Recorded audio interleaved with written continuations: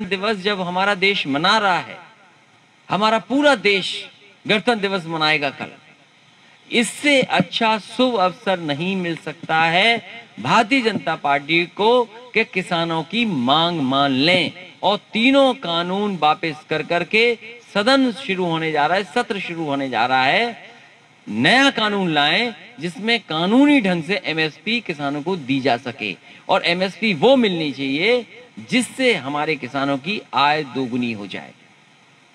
लगातार भारतीय जनता पार्टी के गलत फैसलों से हमारी अर्थव्यवस्था डूब गई, हमारे तमाम लोगों की नौकरी रोजगार छिन गया, काम बंद हो गया।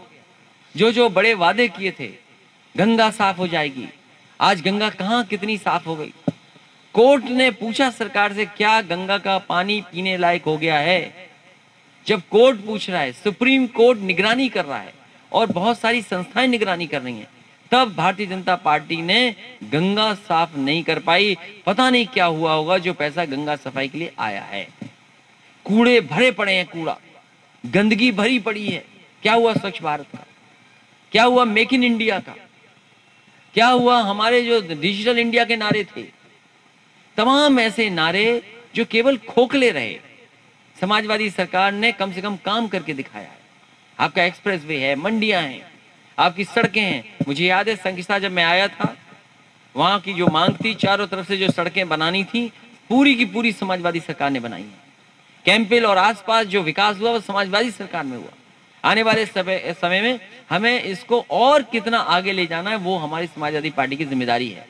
आज बहुत सारे फरकाबाद के कारोबार करने वाले लोगों से मुलाकात हुई, जो बहुत पुराना काम है, कई सौ वर्षों पुराना काम है। इस काम से न जाने कहां कहां कारोबार हो रहा है उनका। अब उनके ऊपर भी संकट है। मैंने उन व्यापारियों को भरोसा दिलाया है, उद्योग चलाने वालों को भरोसा दिलाया कि समाजवादी सरकार आएगी। हमारे जो छपाई वाले लोग हैं, जो 7 परिवार जो हैं, उनको कहीं भी किसी तरह का संकट नहीं आने देंगे। अगर सरकार को भी कोई प्लांट लगाना पड़ेगा ट्रीटमेंट का, पानी ट्रीटमेंट का, वो लगाने का काम करेगा, लेकिन कारोबार को बढ़ाने का काम सरकार करेगी। इसी तरह जरदोजी वालों से मिलने जा रहा हूँ। मुझे याद है एक पुरानी सरकार का, और जब समाजवादी सरकार थी उनको सहूलियत देने के लिए भी काम होने जा रहा था, एक इंटीग्रेटेड उनके लिए काम होने जा रहा था, वो भी रुक गया। आने वाले समय में कैसे उनको सहूलियत दे सकें वो भी समाजवादी सरकार में हम लोग करने का काम करेंगे। इधर उद्योग कारखाने, जो बड़े बड़े इन्वेस्टमेंट की बात की थी, कल भी मुख्यमंत्री जी जो भाषण दे रहे थे, न जाने कितने बड़े इन्वेस्टमेंट की बात कह रहे थे। एक बार तो लगभग 4 लाख करोड़ से ज्यादा का एमओयू साइन हुआ, जमीन पे कितना उतरा। डिफेंस का जो बहुत बड़ा एक्सपो हुआ, जमीन पर कितना उतरा। 1 डे 1 डिस्ट्रिक्ट 1 प्रोडक्ट, हमें फरकाबाद का बताओ कितना बजट आया है, कन्नौज में कितना बजट मिला इत्र के लिए, या यहाँ की पारंपरिक जो पुरानी हमारे कारोबार है, बिजनेस हैं, जो आइडेंटिफाई हुआ है 1 डिस्ट्रिक्ट 1 प्रोडक्ट कितना हुआ है। कानून व्यवस्था पूरी चौपट है। जो 100 नंबर बनाई थी वही 112 है, नाम बदले दे रहे हैं, काम वही कर रहे हैं लेकिन नाम बदले दे रहे हैं। इसलिए उत्तर प्रदेश को पीछे किया सरकार ने। कानून व्यवस्था पूरी ध्वस्त है। आपके बगल में ही बदायूं में क्या घटना हुई सोचिए। कोई कल्पना कर सकता है एक माँ के साथ, एक महिला के साथ ऐसी घटना हो। उसकी बेटी ने पूरा गद्दा दिखाया कि कितना ब्लड है उसके अंदर, किस तरीके से उसके साथ घटना की गई। सरकार चुपचाप बैठी है। हमने आपने तो वैश्विक महामारी की वजह से मास्क लगाए हुए है, नाक को मुंह बंद किया हुआ है कि बीमारी से हम बीमार ना हो जाएं, लेकिन पता नहीं क्यों भारतीय जनता पार्टी ने आंख और कान बंद किए हुए हैं। जनता का दुख नहीं समझ में आ रहा, जनता की तकलीफ समझ में नहीं आ रही। अभी मुझे 2 नौजवान मिले जिन्हें लैपटॉप समाजवादी सरकार में मिला था, आज भी वो लैपटॉप चल रहे हैं। उन्होंने अपनी पढ़ाई पूरी की। एक बेटी से मिला, उसने पढ़ाई पूरी की है। एक नौजवान था जिसने यहाँ पर बहुत छोटा मोटा काम शुरू किया उससे। तो लैपटॉप से न जाने कितने लोगों के जीवन में बदलाव आया। अब सोचिए हमारे मुख्यमंत्री जी लैपटॉप इसी नहीं देना चाहते क्योंकि वो चलाना नहीं जानते। अगर वो चलाना जानते और समझते उन बातों को तो शायद लैपटॉप बांटते। उन्होंने अपने घोषणा पत्र में लिखा था कि लैपटॉप देंगे, आखिर क्यों नहीं दे रहे लैपटॉप। अपने घोषणा पत्र में कहा था डेटा देंगे, कहाँ है डेटा इनका। एक्सप्रेसवे जो बना समाजवादी सरकार का, उसके सब काम रोक दिए, मंडियां रोक दी। अगर मंडियां न रोकी गई होती तो आज आलू सब्जी या किसान को सुविधा देने के लिए जगह होती। उन कामों को भी रोक दिया। बिजली कितनी महंगी हो गई है। बिजली का संकट है। इसलिए ये सरकार हटे, नई सरकार बने, समाजवादी सरकार बने, विकास के रास्ते पे ले जाएंगे, खुशहाली के रास्ते पे ले जाएंगे। और मैंने भरोसा दिलाया है कि कन्नौज में जरूर काम हुआ है, लेकिन अगली सरकार बनेगी तो पहला उद्घाटन, पहला शिलान्यास, पहली शुरुआत अगर कहीं से होगी तो फर्रुखाबाद जिले से होगी।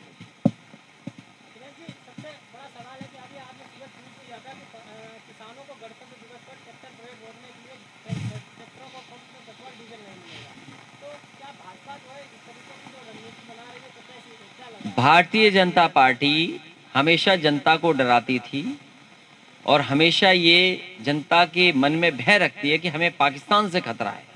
स्वाभाविक है, क्योंकि आज भी हमारा एक जवान शहीद हुआ है, एक अधिकारी शहीद हुआ है। पाकिस्तान से तो लड़ाई है ही है, या सीमा पर कई बार ऐसी घटनाएं होती हैं जिसका मुकाबला करना ही पड़ता है फौज को। वो संकट तो है ही है।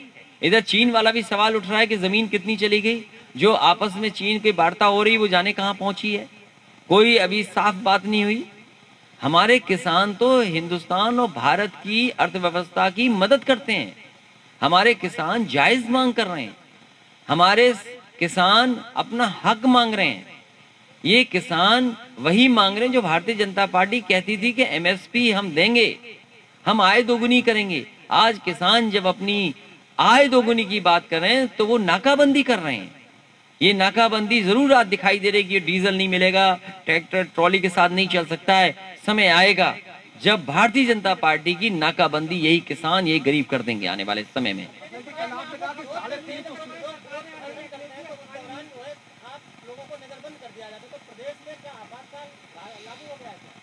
हमारे मुख्यमंत्री जी को सुनाई नहीं दे रहा, न दिखाई दे रहा है, न समझ में आ रहा है कि किसी किसान को धान की कीमत नहीं मिली है। केवल फर्रुखाबाद, कन्नौज, एटा, इटावा, मैनपुरी, कासगंज इन इलाकों की बात नहीं कर रहा, बदायूं की बात नहीं कर रहा। उनके जिले में खुद नहीं मिला किसानों को। जो मुख्यमंत्री अपने जिले में न दे पाए किसानों को एमएसपी, उस मुख्यमंत्री से क्या उम्मीद करोगे आप? यही उम्मीद तो करोगे कि आंदोलन प्रदर्शन ना हो, उन्हें बंद कर दिया जाए। जो लोग, मैं तो गोरखपुर की बात कहता हूं, जो लोग उनके साथ थे वो अच्छे थे, समाजवादी पार्टी में आगे तो अपराधी हो गए। न जाने कितनों पे झूठे मुकदमे लगे, क्या आदरणीय आजम खान साहब पे झूठे मुकदमे नहीं लगे? अधिकारियों से मिलकर के सरकार ने झूठे मुकदमे लगाए हैं उन पर, और उन्हीं पे नहीं, न जाने कितने पॉलिटिकल लीडर्स पे मुकदमे लगे हैं। आपने कहा कि 350 सीटें जीतेंगे, कोई गठबंधन राजभर है, आम आदमी पार्टी है, समाजवादी पार्टी का लगातार काम जोड़ने का चल रहा है, और यहां तक समाजवादी पार्टी ने कहा है कि छोटे दलों के लिए रास्ता खुला है, छोटे दलों के साथ गुंजाइश हमेशा बनी रहेगी। हाल फिलहाल हमारे साथ महान दल है, हमारे साथ चौहान, संजय चौहान है, उनकी एक दल है, तो लगा, और हमारे साथ अभी अजीत सिंह जी हैं, तो तमाम हमारे गठबंधन भी हैं, और लगातार हम लोग काम कर रहे हैं उस पर। तो ये उत्तर प्रदेश है, लगातार दल आएंगे और भारतीय जनता पार्टी लगातार साजिश करेगी। हम जनता के सामने कहना चाहते हैं, हम जनता से अपील करते हैं कि विकास और खुशहाली वाली सरकार को मौका दें।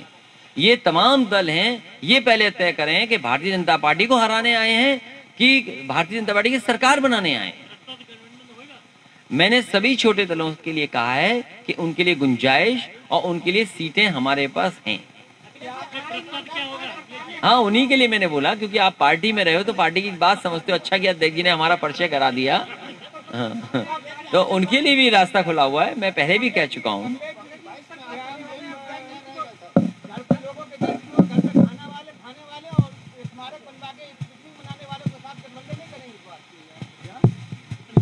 हाँ, सही कह रहे हैं, सही कह रहे हैं, अरे सही कह रहे हैं, समझ गए, बैठ जाओ बैठ जाओ।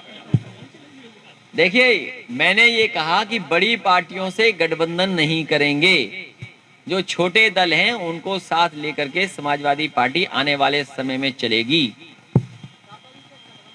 मैंने कह दिया उनसे, मैंने कहा उनके लिए भी एक दल है, गठबंधन है।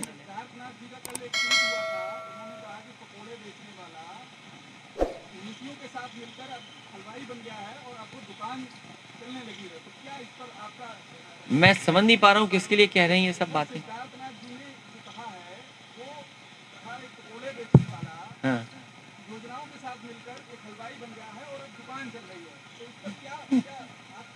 देखिए, मैं इन बातों में इसलिए नहीं उलझना चाहता हूं कि उत्तर प्रदेश की जनता और खासकर गरीब जनता बदलाव चाहती है और बदलाव उन्हें दिखाई दे रहा है कि 4 साल में कोई उपलब्धि उनके पास नहीं है। अगर आप सच बोल दें आज, अगर हमारे पत्रकार साथी भी सच छाप दें, तो हो सकता है उन पे गंभीर धाराएं लग जाएं और जेल चले जाएं।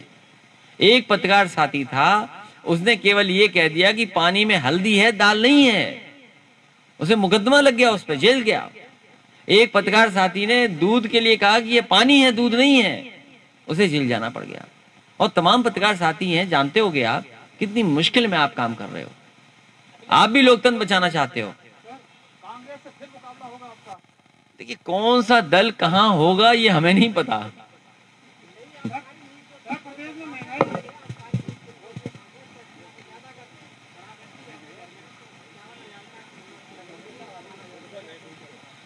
देखिए, भारतीय जनता पार्टी ने लॉकडाउन में भी, लॉकडाउन जब था, जब सबसे ज्यादा बीमारी फैल रही थी और लोग परेशान थे, उस समय भी दुकानें शराब की खुलवा दी थी, क्योंकि सरकार को चिंता स्वास्थ्य की नहीं है।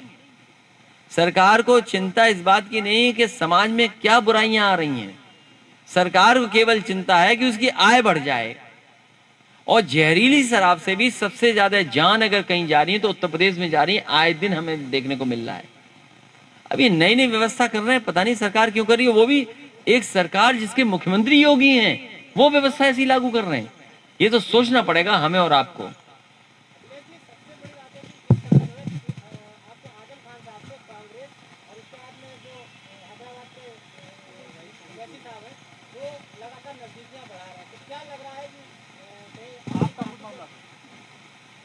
आने वाले समय में समाजवादियों की सरकार बनने जा रही है और समाजवादी पार्टी लगातार जिसके साथ भी अन्याय होगा उसके साथ खड़ी दिखाई देगी। आजम खान साहब हमारी पार्टी के नेता रहे, हर बार का हमने, और एक बार फिर कहता हूं, उन पर जानबूझ करके झूठे मुकदमे लगाए गए हैं। आप सोचिए, मुख्यमंत्री जी ने उप मुख्यमंत्री के वापस लिए मुकदमे और मुख्यमंत्री ने अपने मुकदमे वापस लिए। पूरे देश में बता दो, अगर एक भी ऐसे मुख्यमंत्री उपमुख्यमंत्री हों जिनके ऊपर गंभीर धाराएं आरोप लगे हों और उन्होंने अपने मुकदमे वापस लिए हों, तो क्या उम्मीद करोगे ऐसे मुख्यमंत्री पे। एक्सप्रेस वे बना था, शानदार एक्सप्रेस वे बना। आज फर्रुखाबाद से अगर आप जाना चाहें, जो सड़कें बनी हैं समाजवादियों की देन है। हम लोग जाने कब से मांग कर रहे हैं कि ये फतेहगढ़ से लेकर के, या जो आपकी ग्वालियर से सड़क चली है, ग्वालियर, इटावा, फर्रुखाबाद, फतेहगढ़, बरेली और लिपू लेक तक सड़क गई है। अभी जब चीन का सुझाव देने की बात आई थी तो समाजवादी पार्टी का यही सुझाव था कि ये जो ग्वालियर से तमाम कैंटोनमेंट्स को जोड़ती है, डिफेंस के लिए सबसे अच्छी सड़क होगी जो हमारी चीन के बॉर्डर तक जाती है। जब कभी भी जरूरत पड़ेगी तो ये सड़क मददगार होगी। हम न जाने कितने दिवसों से मांग रहे हैं, आज तक नहीं बनी। अब शायद ये बनाने जा रहे हैं। हमारी आज मांग फिर है कि इस सड़क को जल्दी से जल्दी 6 लेन बनाया जाए। देखिए, पार्टी में मैंने कोई गुटबाजी नहीं है। अब गुटबाज शिविर के बाद अकेले खड़े रह जाएंगे और सब जनता समाजवादी पार्टी के साथ है।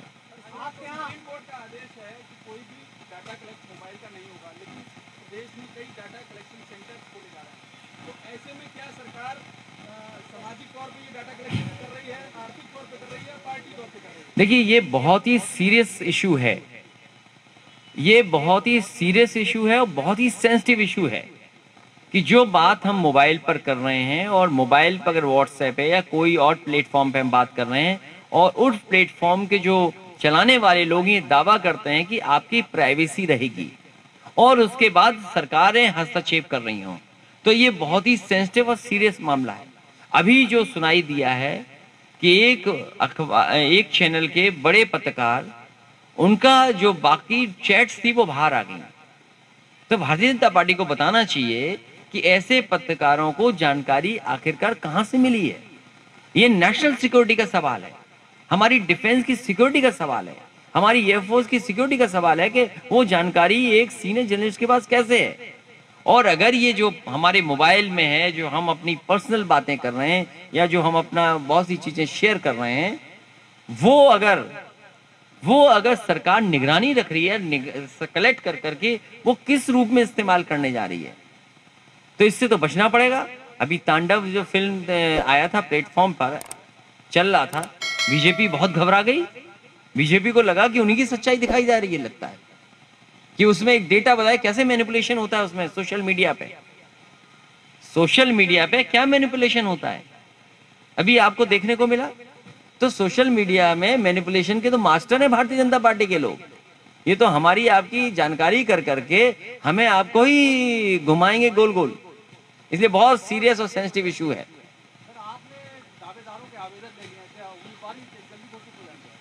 उम्मीदवार घोषित भी हो जाएंगे, उनके कान में ही बता दिया जाएगा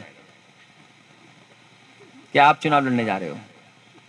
इसलिए सभी से राय बनाएंगे, सबको समझाएंगे, क्योंकि लड़ाई बड़ी है तो हमें समझाना भी जरूरी है, उन्हें बताना भी जरूरी है, क्योंकि सरकार बनेगी तो हम उत्तर प्रदेश को और आगे लेकर के जाएंगे खुशहाली के रास्ते पर।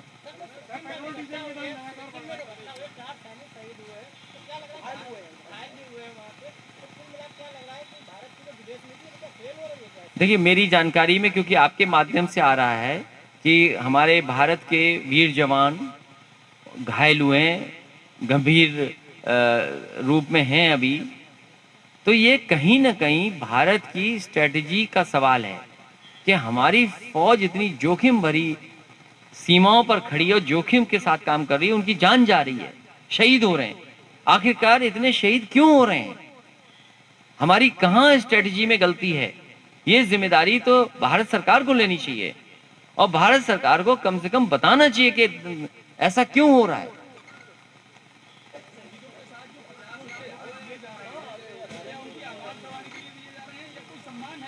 नहीं, ये शहीदों के लिए सम्मान होता है, उनके परिवार का है। हम तो चाहते हैं और पैसा बढ़ाया जाए, उनको सम्मान किया जाए।